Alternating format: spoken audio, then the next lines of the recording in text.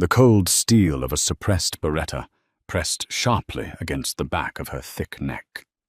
Clara squeezed her eyes shut, waiting for the fatal gunshot.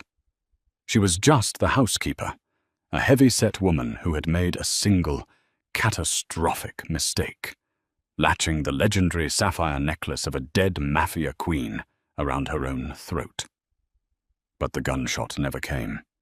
Instead, the most ruthless crime boss in Chicago dropped his weapon, sank to the hardwood floor, and let out a guttural sob of pure agony. What happened next would unravel the underworld forever. Clara Jenkins was a woman accustomed to taking up space physically, yet remaining entirely invisible. At 260 pounds, her broad shoulders and heavy hips felt less like a burden and more like a carefully constructed shield, especially in her line of work. She was the head housekeeper for the Falcone estate, a sprawling, fortified mansion tucked away behind wrought-iron gates in the affluent Chicago suburb of Lake Forest. It was a home built on blood money, imported Italian marble, and silence.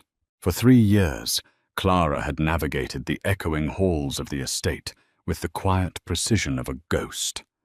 She wore a slate-grey uniform that did nothing to flatter her soft, thick waistline, her dark hair pulled back into a severe, utilitarian bun. The men who guarded the doors, men with broken noses, tailored suits, and bulges under their arms, never looked twice at her. To them, the fat housekeeper was a fixture, a piece of furniture that smelled faintly of lemon pledge and lavender soap. She was safe because she was undesirable to their dangerous world, a stark contrast to the lithe, surgically enhanced women who occasionally graced the arms of the lower-ranking soldiers. But the master of the house, Lorenzo Falcone, brought no women home. Lorenzo was a man carved from granite and grief. As the undisputed head of the Chicago syndicate, he ruled the city's port operations and underground casinos with a merciless, calculating hand. Yet, inside the walls of his mansion, he was a hollowed-out shell. 3 years prior, a rival faction from the Lucchese family had planted a remote detonated explosive beneath his armored Cadillac. Lorenzo had lingered in a cigar bar on Rush Street for 5 extra minutes. His wife, Isabella, had not. Isabella Falcone had been a vision of high society perfection, slender, graceful, with a laugh that could disarm a room full of hardened killers. Her sudden, violent death had shattered Lorenzo, turning a pragmatic businessman into a notoriously brutal tyrant. He had spent the first year after her death painting the streets of Chicago red, eradicating the Lucchese loyalists one by one. Now, he lived in a self-imposed, stony silence. Clara's duties rarely brought her face to face with Lorenzo. He left before dawn and returned long after the sun had set over Lake Michigan. Her primary responsibility, the one that paid her an exorbitant, hush-money salary of 6 figures a year, was the upkeep of the East Wing, specifically the master suite. The suite was a mausoleum. Lorenzo slept on a leather sofa in his adjacent study, refusing to desecrate the custom king-sized bed where Isabella's silk pillows still sat perfectly arranged. Clara was tasked with keeping the room exactly as it had been on the morning of June 12th, 3 years ago. The air was perpetually stale, artificially chilled to preserve the delicate fabrics, and heavy with the lingering, haunting scent of Isabella's signature perfume, Chanel No. 5. On a humid Tuesday afternoon in August, Clara pushed her heavy wooden cleaning cart down the long hallway toward the master suite. Outside, dark storm clouds were gathering over the lake, casting long, menacing shadows through the floor-to-ceiling windows. The house was unusually quiet. Lorenzo was supposed to be in Cicero, mediating a high-stakes territorial dispute. The armed guards were patrolling the perimeter, leaving the interior of the mansion to Clara and the ticking grandfather clocks. She unlocked the heavy oak door of the master suite, her breath catching slightly as it always did. The room was immaculate, a testament to her meticulous nature. She moved methodically, her thick rubber-soled shoes making no sound on the imported Persian rugs. She dusted the mahogany dressers, polished the silver picture frames, holding images of a smiling Isabella, and fluffed the untouched velvet duvet.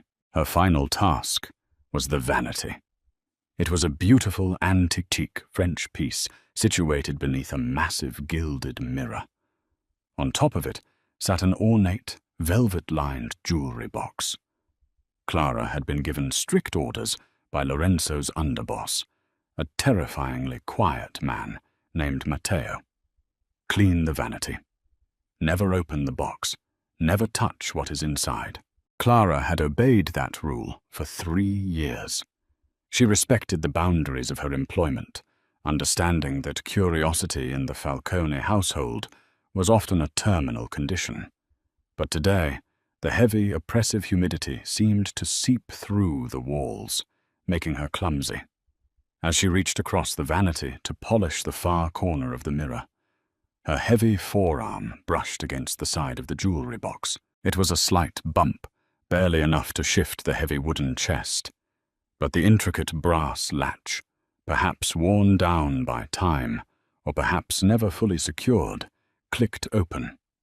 The heavy lid fell backward with a soft thud. Clara gasped, her hands flying to her plump cheeks. She froze, her heart hammering against her ribs, waiting for alarms to blare or a guard to burst through the door. But the mansion remained dead silent, save for the low rumble of thunder outside. Slowly, she lowered her hands and peered into the box. It was empty, save for a single item resting on a bed of white satin. It was a necklace. But calling it a simple necklace was a severe understatement. It was a blindingly beautiful, terrifyingly heavy piece of jewelry. A massive teardrop-shaped blue sapphire sat at the center, encircled by a halo of flawless, brilliant-cut diamonds. The chain itself was thick platinum, intricately woven. Clara recognized it immediately from the whispers in the kitchen and the old society newspaper clippings she had secretly read. It was the Tears of Sicily, a priceless family heirloom that Lorenzo had gifted Isabella on their wedding day. It was rumored to be cursed, carrying the blood of a dozen Mafia wives before her. And it was the very necklace Isabella was supposed to be wearing the night she died, left behind on this vanity, because the clasp had been broken. Clara stood there, her chest heaving, staring at the glittering stones. She knew she should close the lid. She knew she should walk away.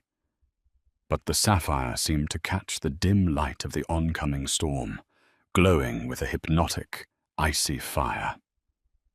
The storm broke over Lake Forest with a violent crack of thunder that rattled the reinforced glass of the master suite. Inside the silent, air-conditioned room, Clara Jenkins remained paralyzed before the vanity, staring down at the Tears of Sicily. She was a sensible woman. At 42, carrying an extra 100 pounds of weight, Clara's life had been entirely devoid of glamour. Her world consisted of scrubbing baseboards, managing grocery deliveries for hardened criminals, and going home to a quiet, lonely apartment in Logan Square. She had never worn a piece of jewelry that cost more than $50. The sheer weight of the wealth resting on that satin cushion was incomprehensible to her. Without entirely realizing she was doing it, Clara reached out. Her thick, calloused fingers, stripped of their usual yellow rubber cleaning gloves, trembled as they hovered over the platinum chain. The metal was surprisingly cold. She lifted it, the massive sapphire catching the flashes of lightning from the window. It felt incredibly heavy, a physical manifestation of Lorenzo Falcone's dangerous empire. Just for a second, she thought, a foolish, reckless voice echoing in her mind, just to see what it feels like to hold something so beautiful. She turned toward the gilded mirror. Her reflection stared back at her. A round, flushed face, a double chin, a plain grey uniform, stretched tight across her ample bosom. She looked entirely out of place in the opulent room, a peasant trespassing in a dead queen's castle. Driven by a sudden, inexplicable wave of grief for her own mundane life, Clara brought the necklace up to her throat. The cold sapphire settled into the hollow of her collarbone, a stark, glittering contrast against her pale, unadorned skin. She reached behind her thick neck, fumbling with the heavy platinum clasp. It slipped, then caught, clicking into place. Clara let her arms drop to her sides. She stared at herself in the mirror, mesmerized.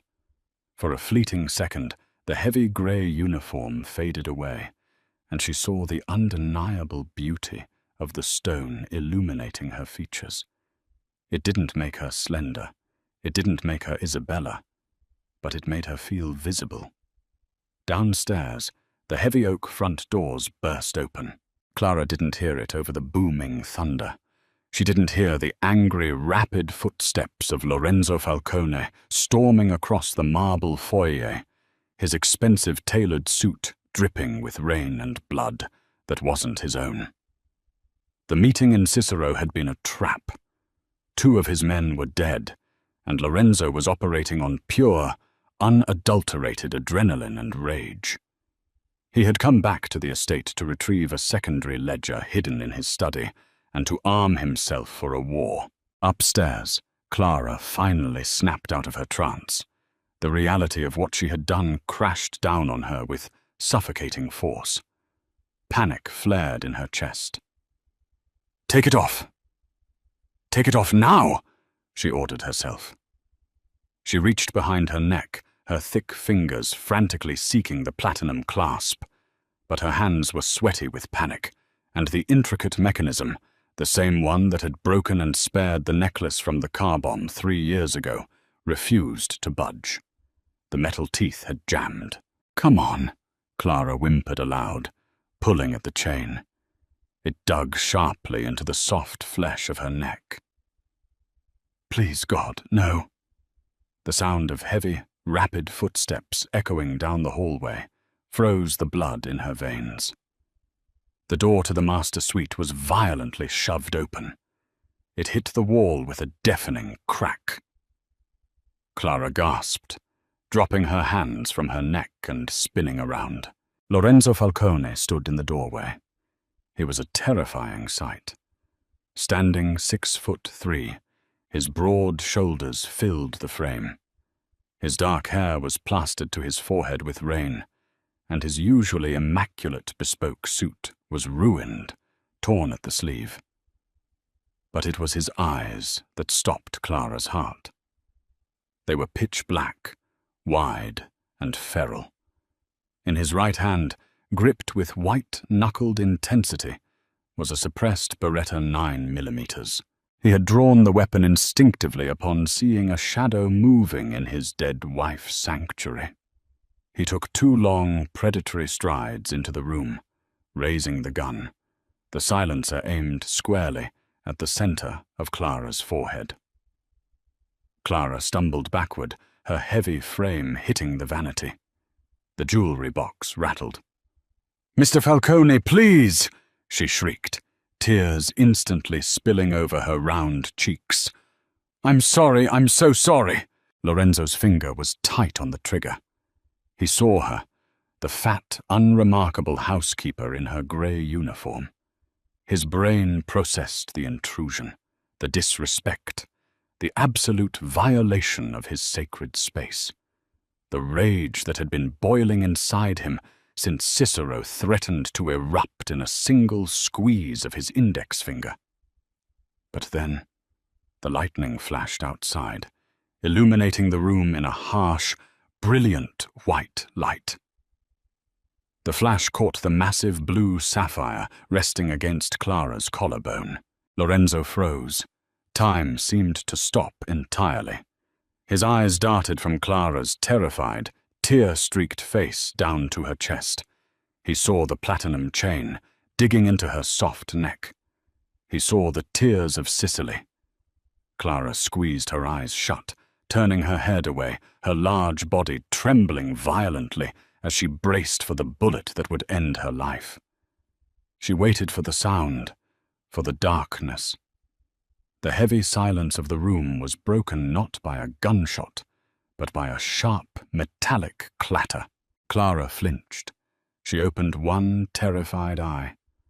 The beretta lay on the plush Persian rug. Lorenzo Falcone, the undisputed king of the Chicago underworld, a man who had ordered the executions of dozens without a second thought, staggered backward. His hands came up to clutch his own chest, his fingers digging into the ruined fabric of his suit. His face, seconds ago a mask of murderous fury, had crumbled completely. His knees buckled.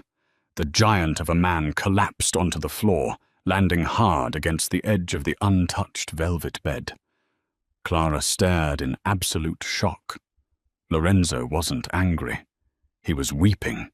A guttural, agonizing sound tore its way out of his throat. A sob so raw and devastating it sounded like a physical wound. He pulled his knees up, burying his face in his large hands, his broad shoulders shaking violently as years of repressed, suffocating grief violently broke the dam. Clara stood, frozen, the priceless sapphire heavy on her neck, watching the most dangerous man in the city shatter into a million pieces at her feet. The only sounds in the opulent master suite were the violent lashings of rain against the reinforced glass and the ragged, tearing sobs of Lorenzo Falcone. Clara Jenkins stood entirely motionless, the air trapped in her lungs, her wide eyes darting from the discarded, suppressed beretta on the Persian rug to the hulking mass of the crime boss weeping on the floor. He was a monster. She knew this. The entire city of Chicago knew this. Lorenzo was the man who had allegedly ordered the infamous Valentine's Day massacre at the old meatpacking plant on Halsted Street, a brutal retaliation that had left 6 men hanging from steel hooks. He was the man who owned corrupt judges, who dined with senators at the Drake Hotel, and who ruled the underground with an iron, blood-soaked fist. Yet here he was, reduced to a trembling, broken boy, at the sight of a sapphire resting on the collarbone of his overweight, terrified housekeeper. Clara's thick legs felt like they might give out under her heavy frame. Her instinct, the pure, unadulterated survival instinct that had kept her invisible and alive for 3 years, screamed at her to run. She should kick the heavy oak door open, sprint down the grand marble staircase, and disappear into the storm, leaving the necklace and her life behind. But as she watched Lorenzo clutch his chest, his broad shoulders heaving as if he were physically trying to hold his heart together, something else took over. It was a deep, maternal empathy that Clara had suppressed for years, a quiet ache for a man drowning in a grief she understood all too well. She had lost her own father to a brutal factory accident when she was 19, and she remembered the suffocating weight of sudden, violent loss. Slowly, her thick, rubber-soled shoes taking tentative steps, Clara moved away from the vanity. "Mr. Falcone," she whispered, her voice trembling. It sounded incredibly small in the cavernous, heavily shadowed room. Lorenzo didn't look up. He just shook his head, burying his face deeper into his large, calloused hands. The expensive fabric of his suit was soaked with rainwater and smeared with dark, drying blood from the shootout in Cicero. Clara stopped 2 feet away from him. She slowly lowered her heavy body, her knees popping in the quiet room, until she was kneeling on the rug beside the discarded gun. She didn't reach for the weapon. Instead, she reached up to her own throat, her chubby fingers desperately clawing at the platinum clasp of the Tears of Sicily. "I'll take it off," she stammered, her voice thick with unshed tears of panic. "I swear to God, Mr. Falcone, I didn't mean to disrespect her. I bumped the box. It fell open. I was just so stupid. I'll take it off right now." She pulled and twisted at the metal behind her neck, the heavy platinum chain biting painfully into her soft flesh. She was pulling so hard she was choking herself, a dark red welt forming around her thick neck.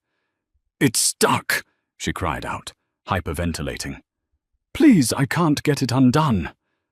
The sound of her panicked choking finally pierced through Lorenzo's breakdown. He drew in a massive, shuddering breath and slowly lifted his head. His dark eyes were bloodshot, hollowed out, and rimmed with a terrible, agonizing red. He looked at Clara, really looked at her, for what felt like the first time in 3 years. He didn't see the fat housekeeper. He saw a terrified woman strangling herself with his dead wife's jewelry. "Stop," Lorenzo rasped. His voice was a gravelly, broken whisper, stripped of its usual terrifying command. Clara froze, her hands still desperately gripping the chain at her throat. She squeezed her eyes shut, waiting for him to pick up the gun and finish the job. Instead, Lorenzo slowly pushed himself up from the floor, his movements sluggish and heavy. He knelt directly in front of her. He was so close she could smell the copper tang of blood, the sharp scent of gunpowder, and the expensive musk of his cologne. He reached out with both hands. Clara flinched violently, letting out a sharp whimper, expecting him to wrap his massive hands around her thick neck and snap it. But his hands were astonishingly gentle. His long, strong fingers brushed against the soft, sweaty skin of her neck as he reached around to the back of the clasp. He wasn't looking at her face. His eyes were fixed entirely on the massive blue sapphire resting against her chest. "She didn't forget it," Lorenzo whispered, his voice trembling with a horrific realization. Clara opened her eyes, her breathing shallow and erratic. "What?" "The police," Lorenzo continued, speaking more to himself than to her. He was staring at the stone as if it held the secrets of the universe. "Detective James O'Rourke, the lead investigator on the bombing. He told me the clasp was broken. That's why Isabella left it on the vanity that night. That's why she wasn't wearing it when the car went up." Clara remained perfectly still as Lorenzo's fingers expertly manipulated the platinum mechanism behind her neck. But then he stopped. "It's not broken," Lorenzo said, the profound sadness in his voice suddenly hardening into something sharp, cold, and infinitely more dangerous. "It's not?" Clara whispered, confused. "No," Lorenzo said, his dark eyes snapping up to meet hers. The feral, predatory light had returned to his gaze. But this time, it wasn't directed at Clara. "It's been swapped. This isn't a faulty clasp. It's a locking mechanism. A jeweler's lock, designed so it can't be removed without a specific key. Somebody intentionally locked this around your neck."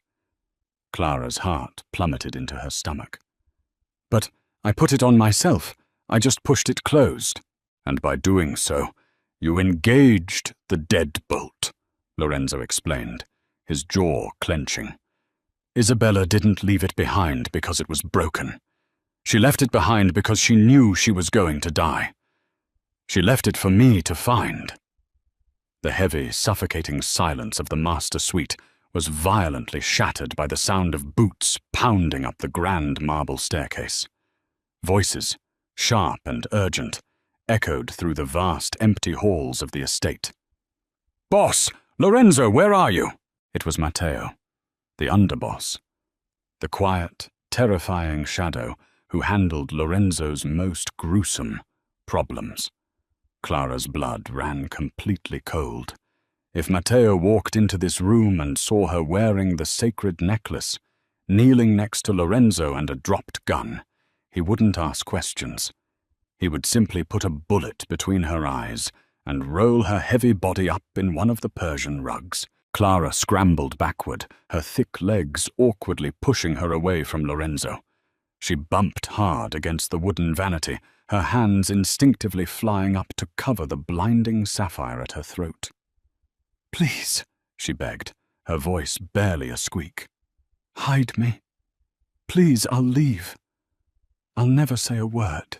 Lorenzo didn't move to retrieve his weapon. Instead, he slowly stood up, his towering frame casting a massive, intimidating shadow over her. The broken, weeping man from moments ago had vanished entirely, replaced by the cold, calculating Mafia Don who ruled the Chicago underworld. He quickly smoothed the ruined lapels of his suit, wiping a smear of blood from his cheek with the back of his hand.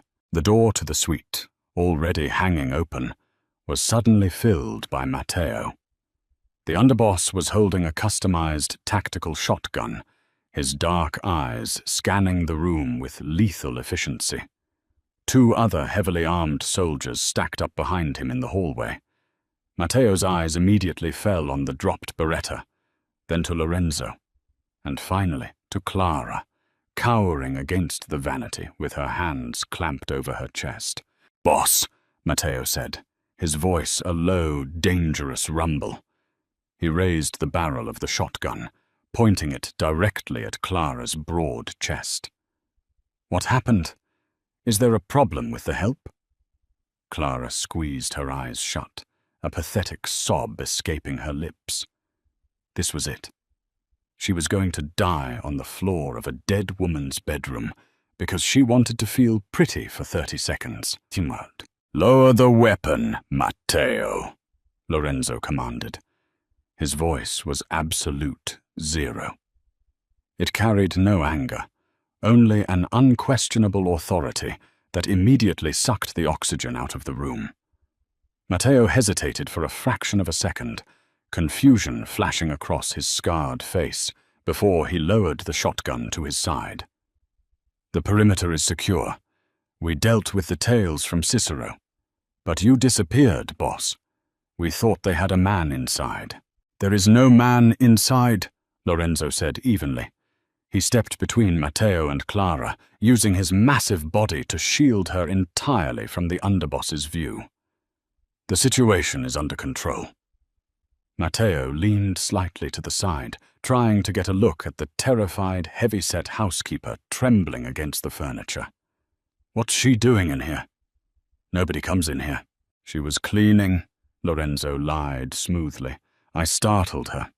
I dropped my weapon. It went off accidentally in my mind, but not in reality. Tell the men to stand down. Secure the gates. Nobody enters. Nobody leaves. We are going into full lockdown." "Lockdown?" Matteo frowned. "Boss, the Cicero meet was a bloodbath. The Lucchese family made a direct play for your life today. We need to be on the offensive, not hiding in the house." "We are blind, Matteo," Lorenzo suddenly roared, his voice bouncing off the high ceilings like thunder. The outburst made both Matteo and Clara flinch. The ambush in Cicero wasn't just a hit.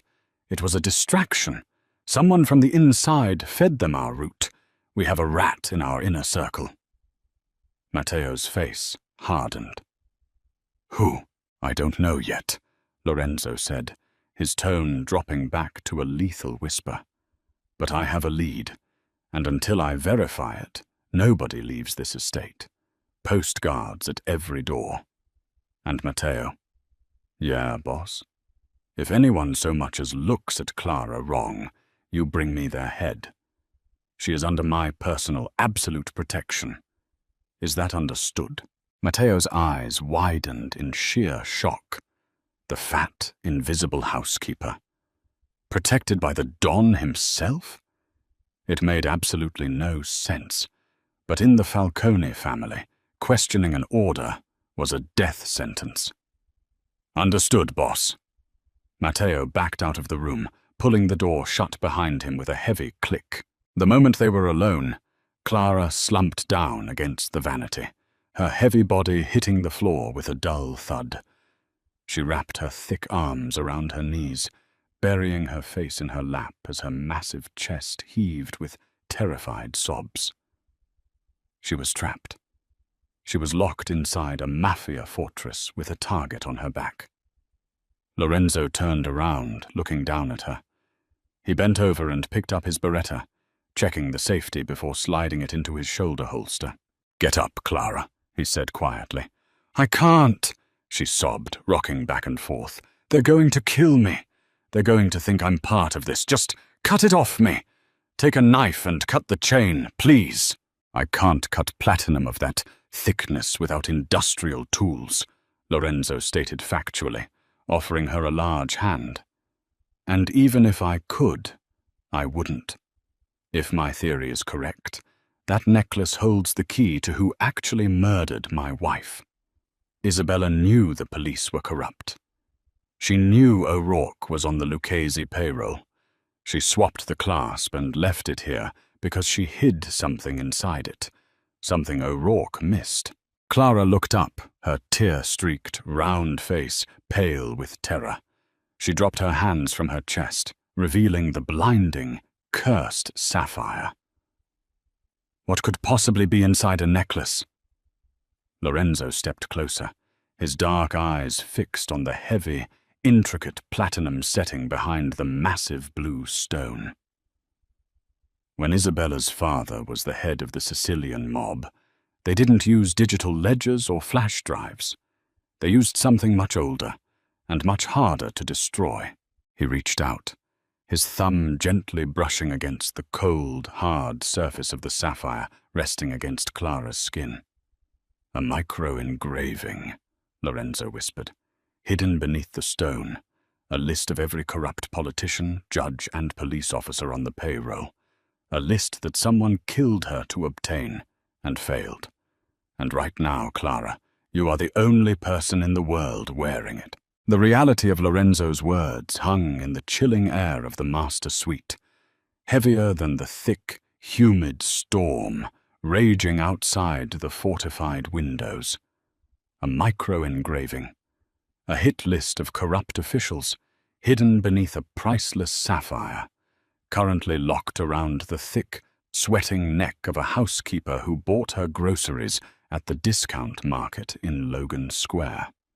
Clara Jenkins felt a wave of profound nausea wash over her. She gripped the edge of the antique vanity, her large knuckles turning stark white, desperately trying to keep her heavy body from collapsing into a dead faint. "I need to get you out of this room," Lorenzo stated, his voice a low, commanding rumble. He stepped away from the vanity, his dark eyes scanning the hallway outside the open door. The mansion was in full lockdown, meaning every exit, every hallway, and every staircase was currently swarming with heavily armed men loyal to the Falcone family. But if Lorenzo's suspicions were correct, one of those men was a traitor who had sold Isabella out to the Lucchese syndicate. "Where can we go?" Clara whispered, her voice trembling so violently she could barely form the words. She instinctively reached up, her chubby fingers desperately trying to cover the blindingly blue stone resting against her collarbone. "They're all out there. Mr. Falcone, if they see me with this, if they know what I'm wearing—" "They won't see it," Lorenzo interrupted, his tone leaving absolutely no room for debate. He unbuttoned his ruined, blood-stained suit jacket and shucked it off his massive shoulders. He stepped toward Clara, wrapping the expensive, tailored fabric around her broad shoulders. The jacket was huge, even on her heavy frame, and he pulled the lapels tight across her chest, effectively concealing the tears of Sicily beneath the dark wool. It smelled intensely of expensive tobacco, cordite, and copper blood. "Keep your head down. Do not speak to anyone.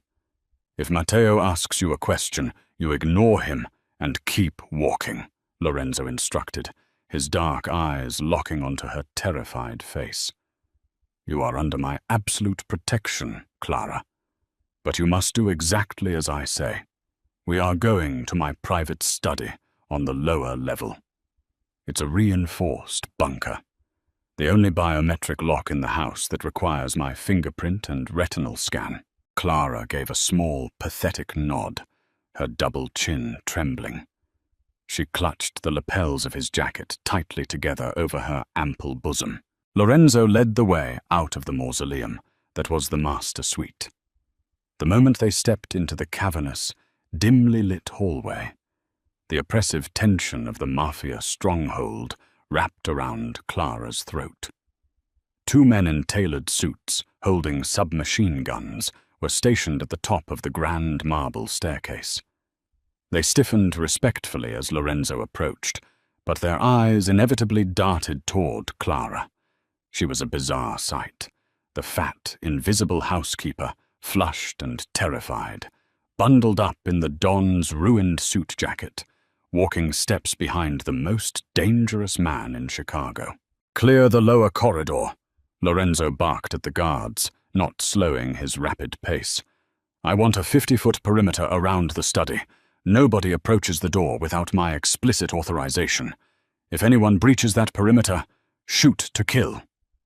"Yes, boss," the guards responded in unison, quickly descending the stairs to clear the path. Clara's thick legs felt like lead as she followed Lorenzo down the sweeping staircase. Her rubber-soled shoes squeaked faintly against the polished marble. Every shadow seemed to hold a gunman. Every tick of the antique grandfather clocks sounded like a bomb timer.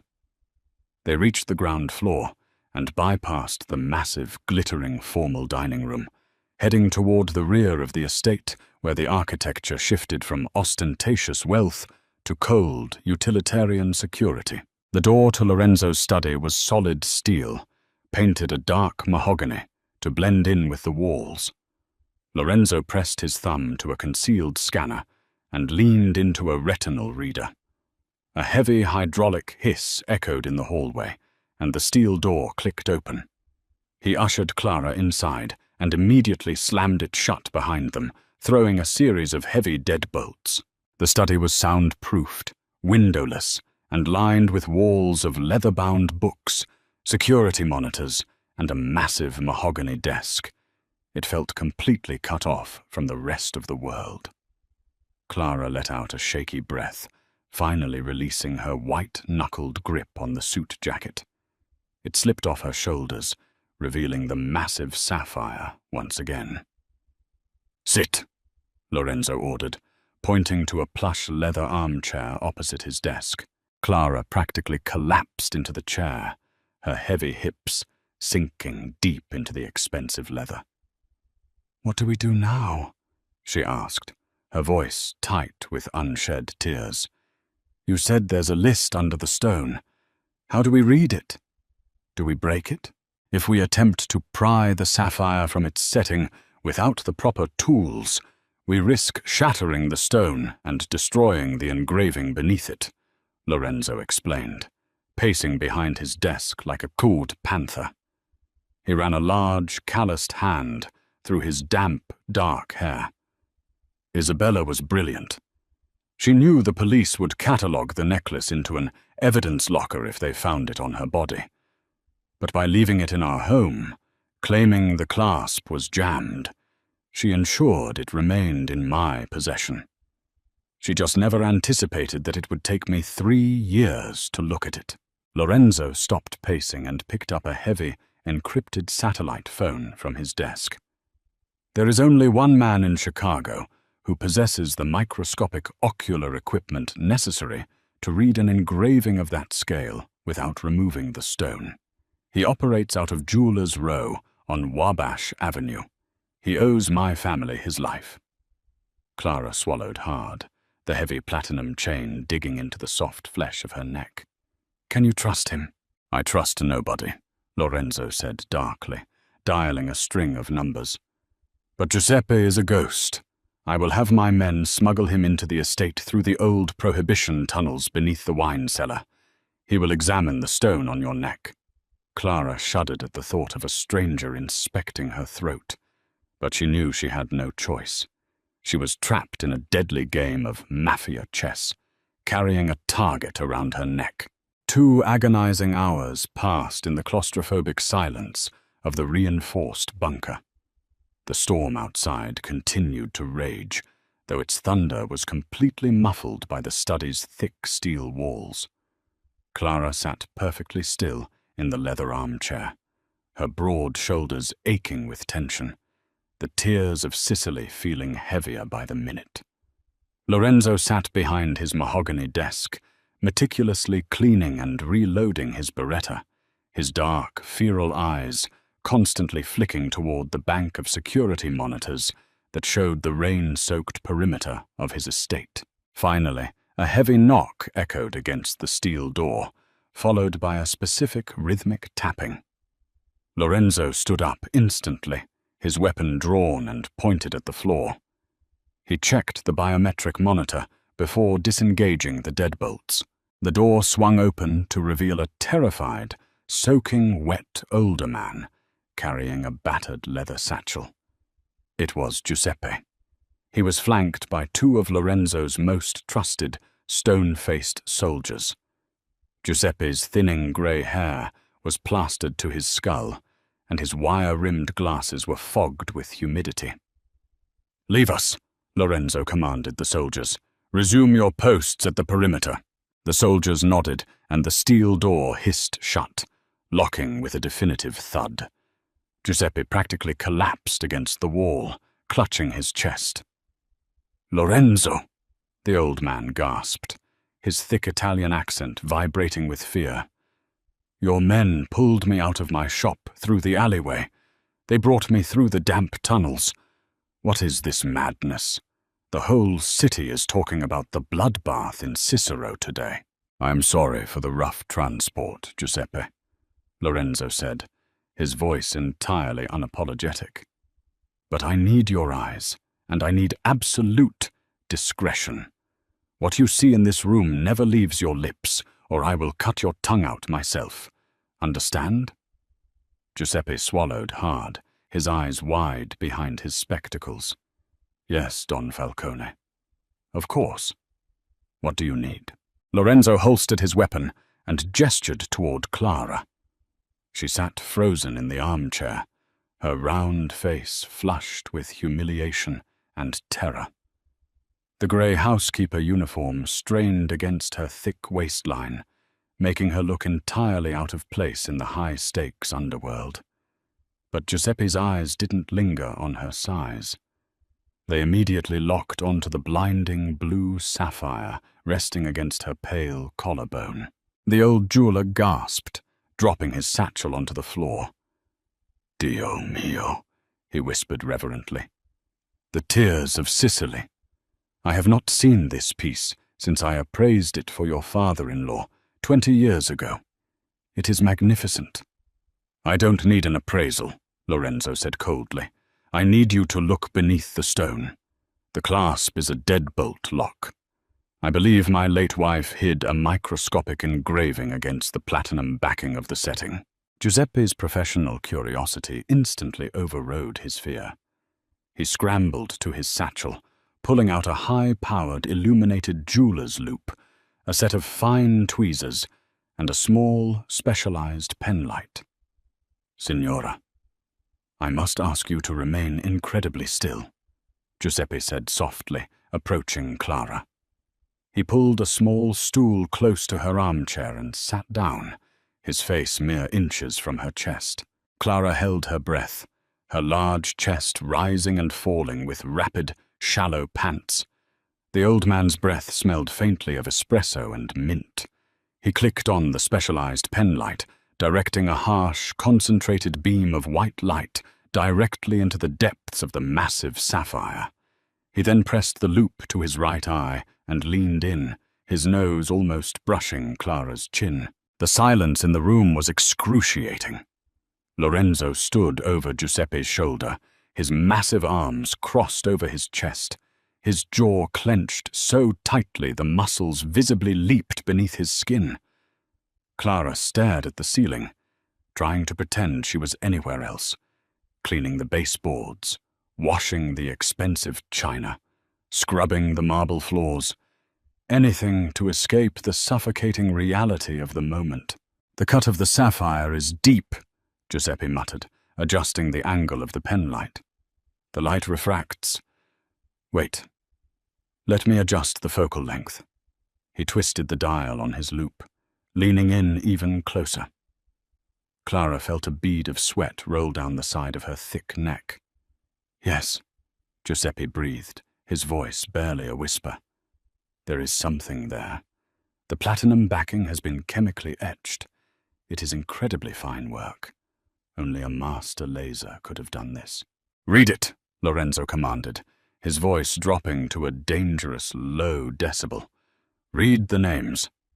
Giuseppe squinted through the loop, his hands trembling slightly as he held the penlight steady. "It is a list. Accounts. Dates. The first name, Detective James O'Rourke. Beside it, a bank routing number in the Cayman Islands."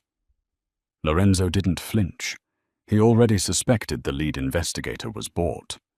"Keep reading, Judge Thomas Gallagher," Giuseppe continued, his voice shaking. $200,000, dated 1 week before the bombing. Clara's heart hammered against her ribs. She was listening to the secrets that had gotten a beautiful woman blown to pieces. "There are more politicians," Giuseppe said, straining his eye. "An alderman, a union boss, but at the very bottom there is a different category. It says, internal traitors." Lorenzo stepped closer, his massive presence practically suffocating the small jeweler. "Who?" "Read the name, Giuseppe."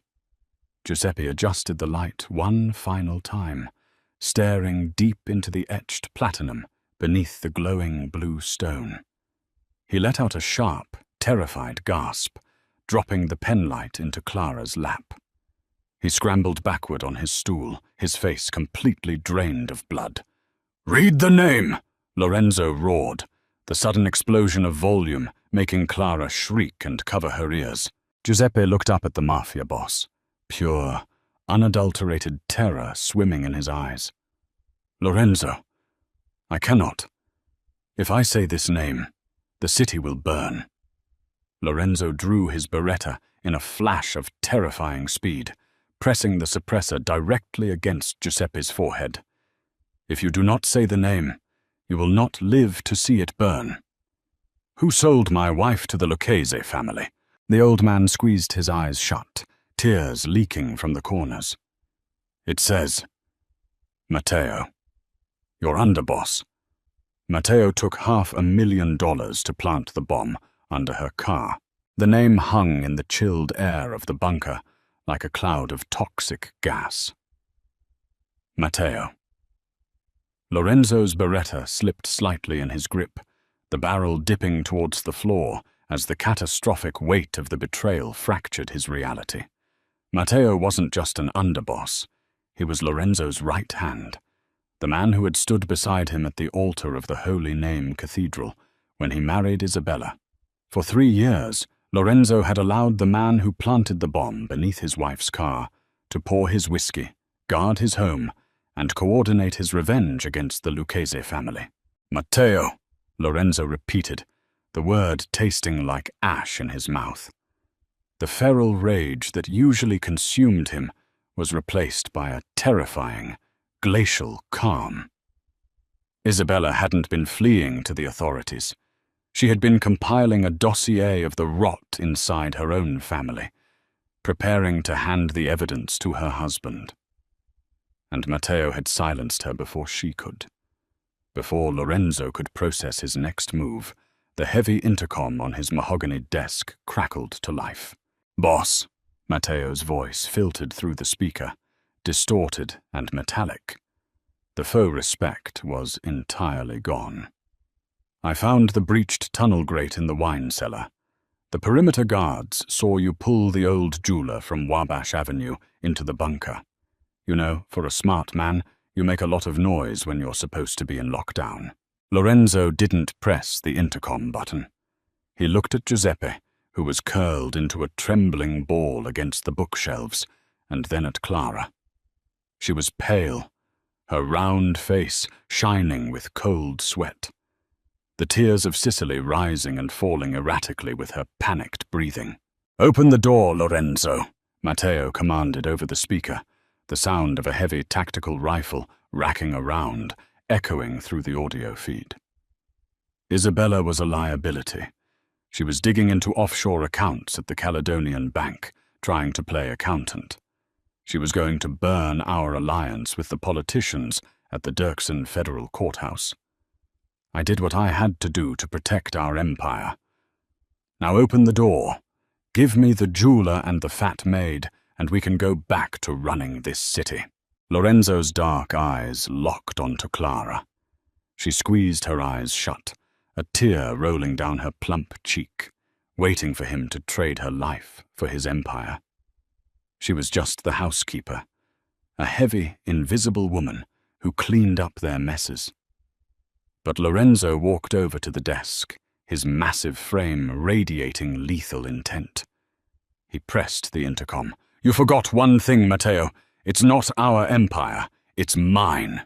He slammed his fist down on the security console, instantly cutting the power to the bunker's electronic deadbolts, knowing Matteo would try to override them from the outside. He grabbed the heavy mahogany desk and, with a violent surge of raw strength, flipped it completely onto its side, creating a thick wooden barricade. "Get behind the desk, Clara," Lorenzo roared, pulling his secondary weapon, a compact Glock, from an ankle holster. "Keep your head down and do not move." Clara didn't hesitate. Adrenaline flooded her system.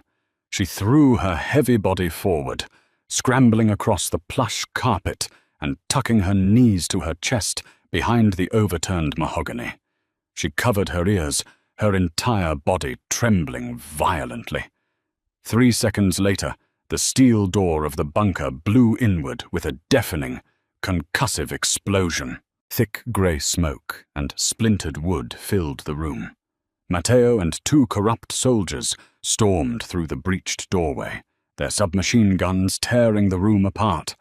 Leather-bound books shredded into confetti. The computer monitors exploded in a shower of sparks and glass.